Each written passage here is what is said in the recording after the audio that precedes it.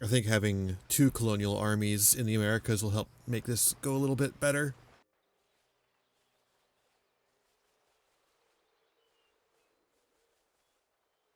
Or we could do like the AI does and just have like 10 million 1-unit armies, right? That seems pretty smart to me. Incredible tacticians right here. That's literally why they stopped letting you do that in the later games.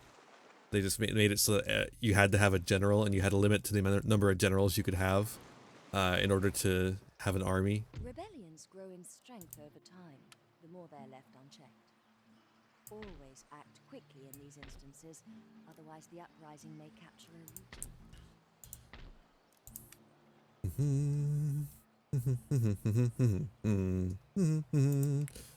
Ba-da ba-da. Ba-da. Ba-da ba-da ba-da ba-da ba. Ba-da ba-da. Da-da-da-da. Wait, there are already rebels over here? God damn. That didn't take long at all. Only 5 of them. Probably safe for a while. We're not safe forever, but we're safe for a while.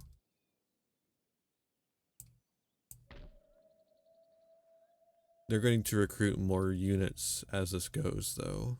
So I'm not sure what we should do about that. Yeah, that's really annoying.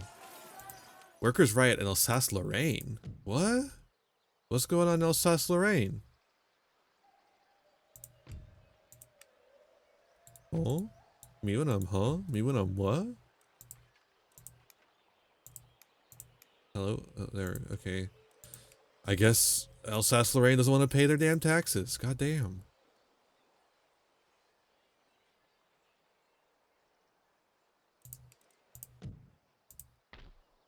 And this is why we need more of a ooh, grenadiers. Okay, what kind of, which one do we have over here? We have the 12 pounders. Yeah, I think the 12 pounders work pretty well. And then let's get some more colonial. Sure. How's, Ceylon doing? Looking pretty good. I mean, I don't really care which one of those. It's mostly the military stuff we want to upgrade right now, but sure. 1 gold. I guess it's time to pass turn then, huh? 1 gold. How do we manage that? Literally exactly 1 gold in our bank.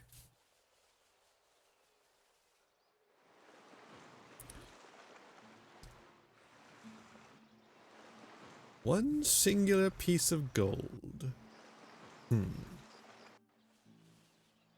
Delightful.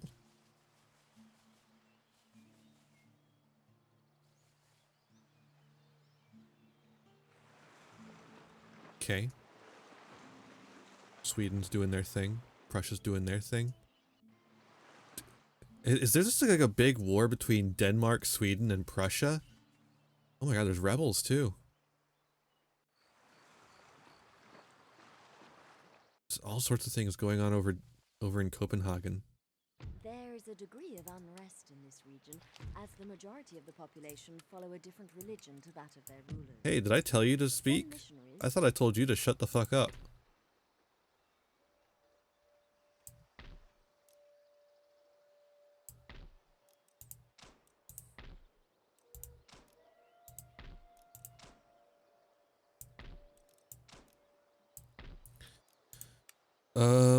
Literally, if I go over there, by the time I come back, there will be another rebellion here. Is that? 1, 2, 3, 4, 5, 6. How many slots do we have left? 6. So we actually need to stop one of those because one of them is we're gonna make a general. We'll do that right now. There we go. We have a general.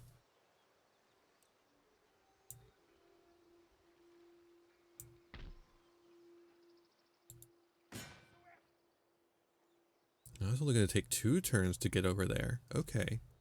That's pretty cool. And then this place is going to be mad as heck. Well, that, please exempt them from tax. Like, I don't know why I had to keep pressing it so many times. So we'll exempt that region from tax. Here, let me get into port. But next turn we can start sending our our army over there. And we'll be able to control both places.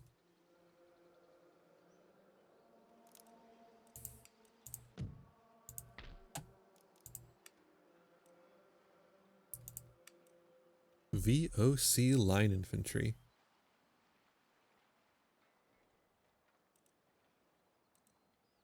Oh, he's got good accuracy. And better stats all around. Slight bit more expensive. Interesting.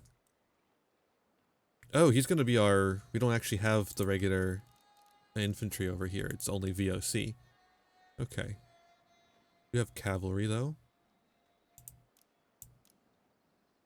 Sure, we'll just go ahead and get those started. Start building up it over in India. See what we can get up to. I think Mysore is a pretty good target, right? I mean, Portugal's gonna be one too. If we can grab Mysore, that makes a pretty good way to get to Portugal's piece of India. And once we get Madrid, we can easily get to Portugal in Europe as well, and just take them both.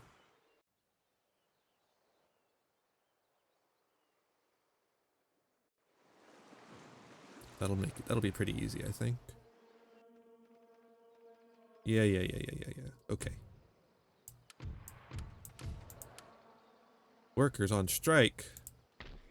Send in the Pinkertons.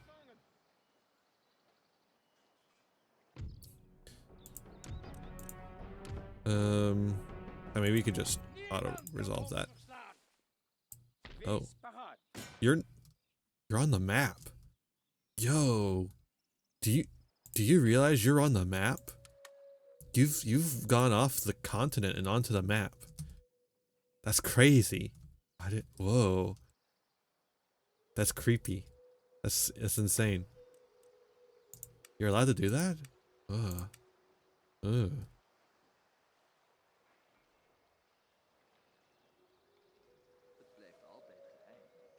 Okay, not who I wanted to send, but sure. It's gonna take 3 turns to get to Texas.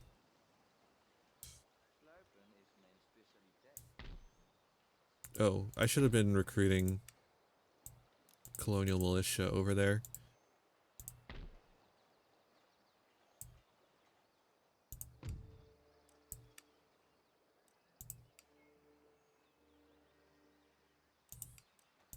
Okay, back over here. Ooh. Yeah, maybe we should have waited on those then. Okay, let's get a couple more of those. How many do we have currently? Just 1? Okay, yeah, 3 makes sense then. And we'll go ahead and get the cav as well. And then the other cav will be our general. I don't do a whole lot of cavalry. I think we're kind of at the tail end of cavalry's usefulness. It's certainly useful, but you don't really need a whole lot in this era. Because we're like coming in close to the period of like just the value of cavalry is the outmaneuvering, which is definitely worth something, but we're starting to reach the point where modern weaponry just shreds horses to pieces. And I think you've seen that in some of the other episodes. I think we're definitely in a period where horses are still useful, just not very many. I wouldn't go heavy on the horses. Forward, marche, marche. You got a wiener? Is that what he said? Oh no, I'm on the map. That's fucked up, dog.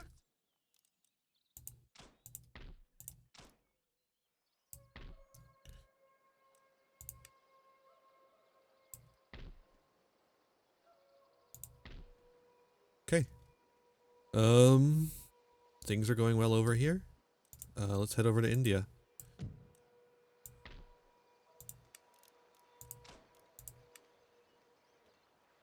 Start getting a bunch of militia, right?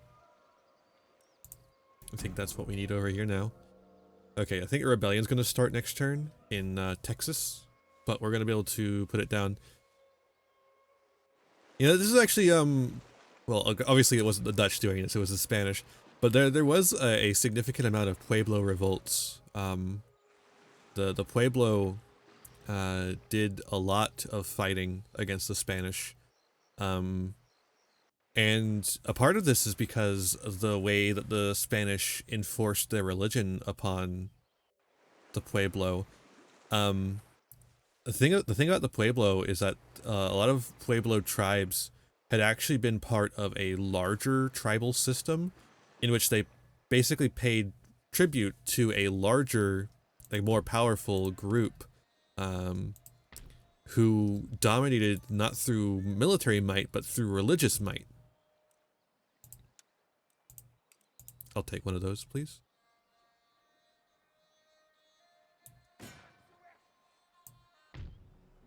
Oh, we actually... Okay, I wasn't sure we would be able to hit.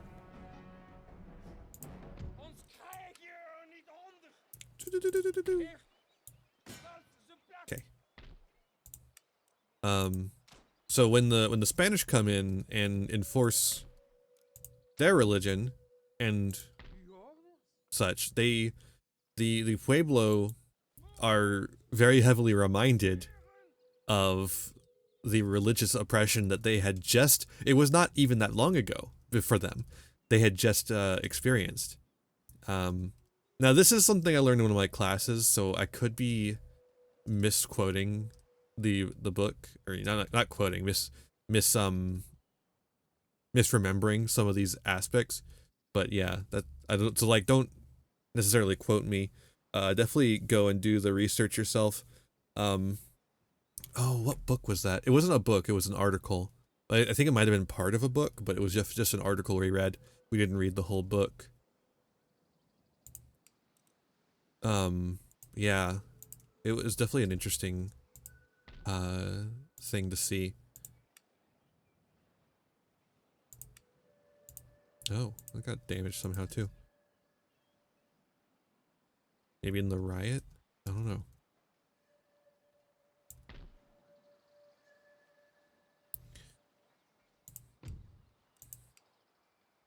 And you know, obviously plenty of tribes resisted European invasion, but I just think that one's particularly interesting in this exact scenario, since we're having the Pueblo right here. That's the thing, is that the Pueblo is not really a nation. It is, there are several Pueblo nations. Granted, you could say that a lot of indigenous nations, like the Cherokee, are actually several different nations that made a confederation, like, and the Iroquois as well. And there's different bands of Cherokee as well. Tribal politics are much more complicated than the term tribe suggests. Even though tribe is also a fairly complex system in and of itself, but even within that complexity, this is even more so complex because of all the different sub groupings and allies and confederations and such. Very interesting stuff. If you haven't looked into indigenous history, I think this is your sign to do so. There's a lot of really cool things out there. Really cool books out there as well. I would suggest God's Red Sun is a good one. That one's a lot more modern than this one, as in like it's in the 1800s. That's a good one, just generally. Another good one is Thundersticks. Thundersticks is a really interesting look at the gun trade in indigenous society.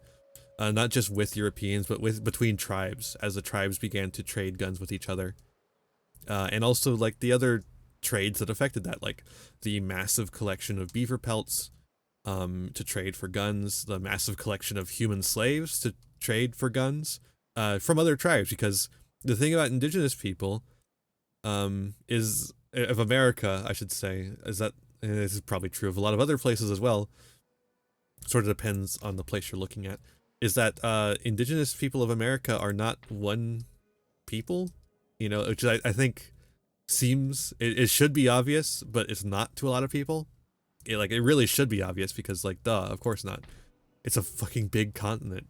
Uh, but they don't view themselves as one people either. They don't view themselves as one race. Like, if you, like, in the, you know, 1600s, 1400s, later even, if you told like one tribe to go and kill another tribe and you paid them to do it, they would be like, fuck yeah, hell yeah, let's go, you know.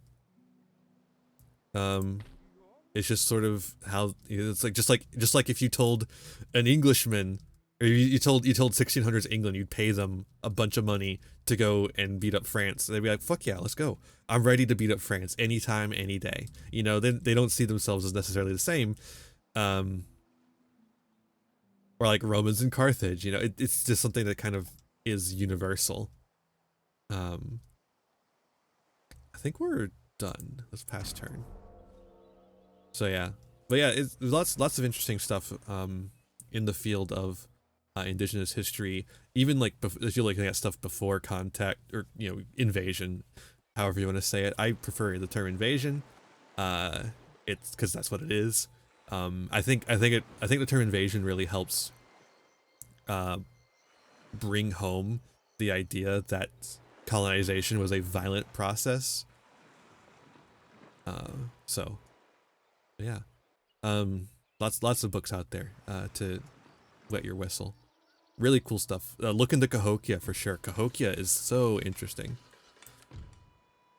In fact, let's see. Cahokia would be around here, I think.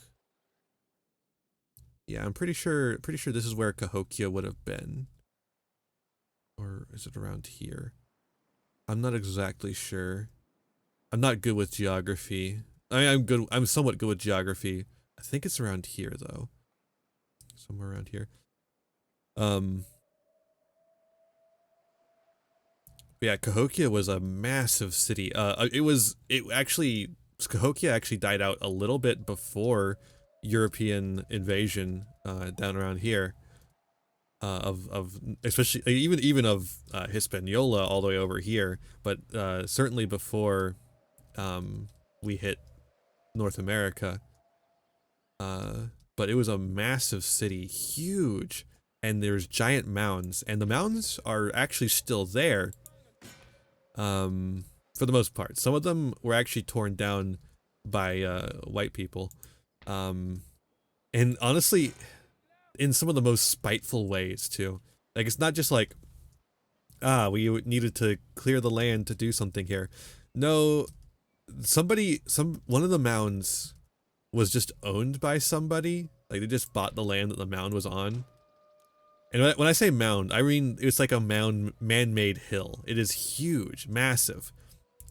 But it's also like filled with burial goods and remains, and also some of the mounds are trash piles, but you know, some of them are made for putting buildings on top of. There's all sorts of different reasons the mounds were built for. And so that somebody just owned it. Like, they just owned the mound. And at this point, archaeologists were starting to like actually work with the mounds and try and figure out what was going on. Because like when colonization was happening, the mounds were not treated as indigenous. They were thought to be too advanced for indigenous people to have made, and so there was like this idea of this weird European like predecessor that also went to North America called the Mound Builders, because like they thought only white people could accomplish something like that. It's a really stupid myth, and you'll still see people repeat it sometimes in the modern day. Even it's awful. But anyways, so at this point, people were trying to take the mounds seriously as indigenous artifacts, and part of this was like declaring some of these mounds as, you know, national parks and national heritage sites. Eventually, that's more of a thing later. We're at the point where they're like we're like making them national monuments and parks, and so these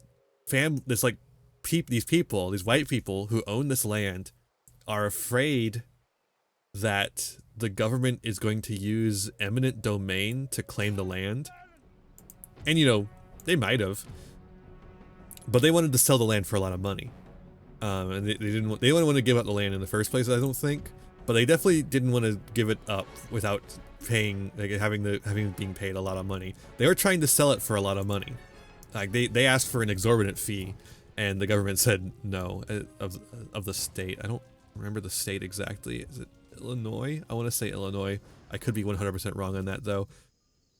And so these people just fucking bulldoze everything.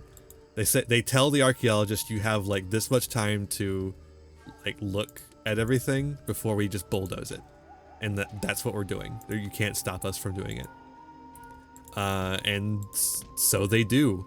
Archaeologists like work really hard to like excavate, and you really shouldn't be excavating these sites anyways. Like this is a shitty thing that archaeologists were doing at the time, is excavating burial sites, which it's fucked up. Indigenous burial sites that's fucked up. But at this point, like everything was going to be destroyed, and so archaeologists were like racing against the clock to actually examine what the hell was there and make sure that we didn't lose what was there like forever. Like we knew what was there in some way, shape, or form, whether because it wasn't going to actually be there, so it had to be written down somehow, otherwise it would literally just be gone forever. And then it was just bulldozed. They fucking got equipment and they fucking destroyed the entire thing. And so now one of the biggest mounds is just gone forever. Because some assholes were worried that the government was going to. The thing about eminent domain is that they still pay you. They just don't pay you your fucking ridiculous ass fee for your land. So they do recompense you for the land that they take when they take it for eminent domain, but that wasn't good enough for them.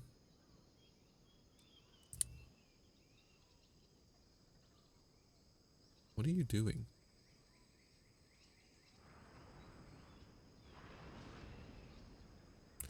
Okay, so I'm realizing there's a big ass hill here, and this is not actually the best place. Ooh, oh god.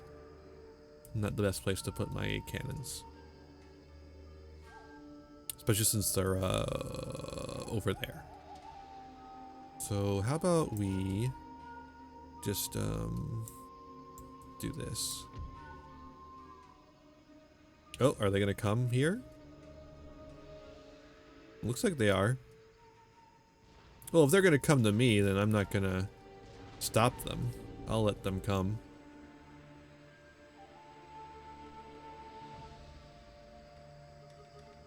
Yeah, sure.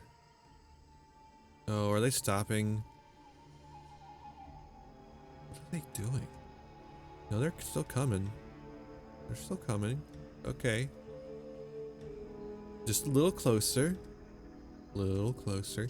Is just the fact that the cannon is firing and could theoretically hit them, causing them to come this way? Because otherwise they have no reason to charge. No reason to advance at all. Are there only 3 of them? Are there only 3 units? Or are there some in the trees there that I can't see? Hey, how about we speed up a little bit? There we go. Oh, that cannon almost hit one of them. That's incredible.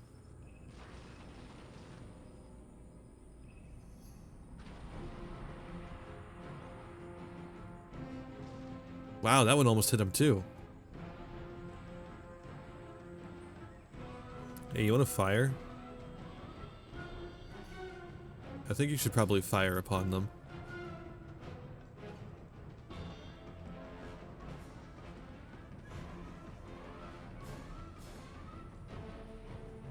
Okay.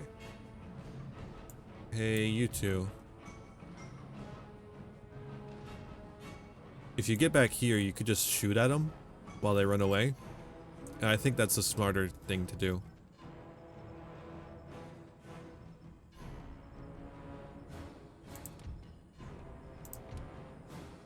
Oh, wait. No, I don't want the entire army to do this. Dragoons and General. Go get them.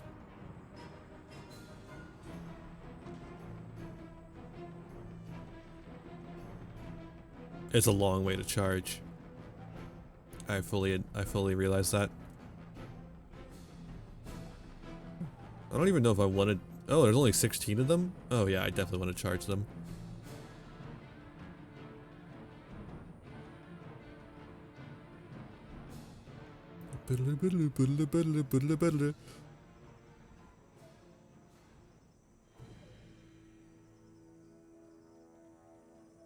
Wait, these guys are white.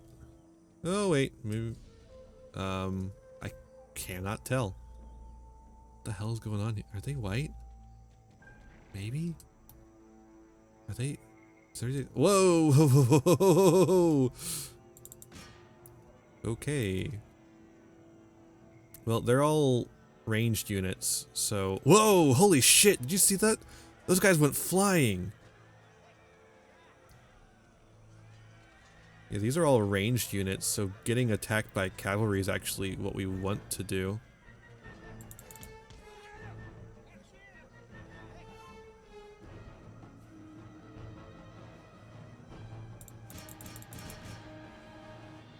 Get them!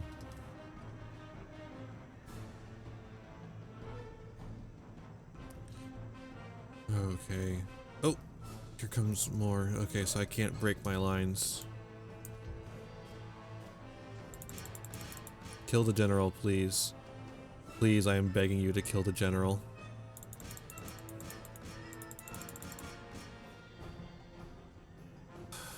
General, what the fuck is wrong with you? You're kidding me. What a terrible general.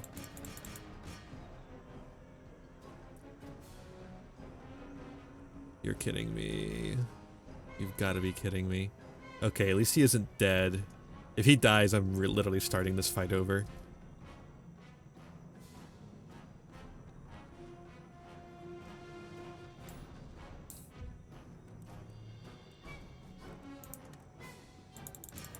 Go get him.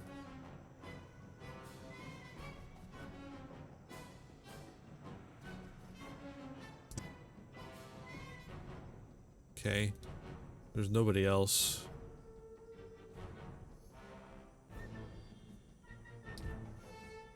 Literally just everyone go.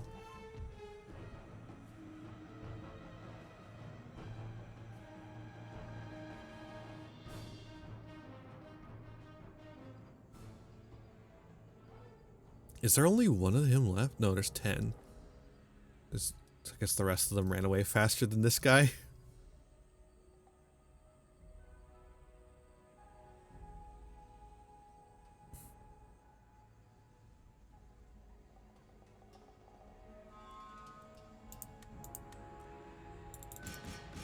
How do I just shoot at them?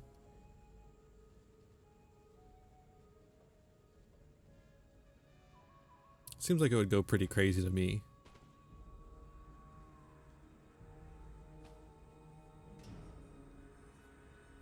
These guys are just like clumped together. Look at that. If I shot at them, it would lose so many people.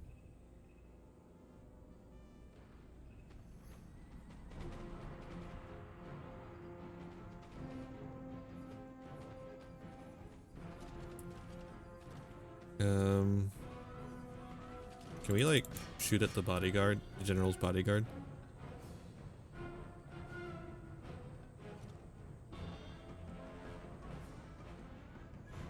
Shoot him! Shoot him up!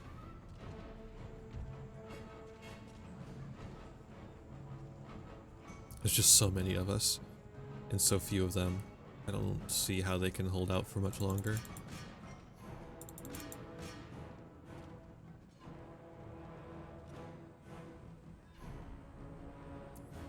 Just once we start shooting. Anyone want to shoot? Yeah, there we go. There's 2 of them. Wait, no, there's 8. There's 8. There's only 2 of those. Okay, general dead. Okay, there we go. What a bad general.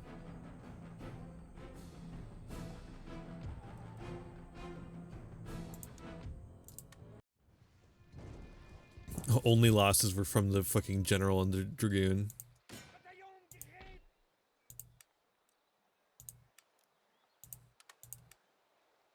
Alright. Everyone start healing up.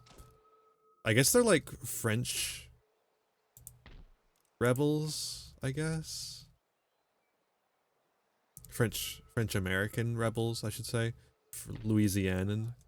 And then there's like the indigenous tribe, because the French Louisiana was actually very heavily invested in maintaining indigenous allies as a like safety measure.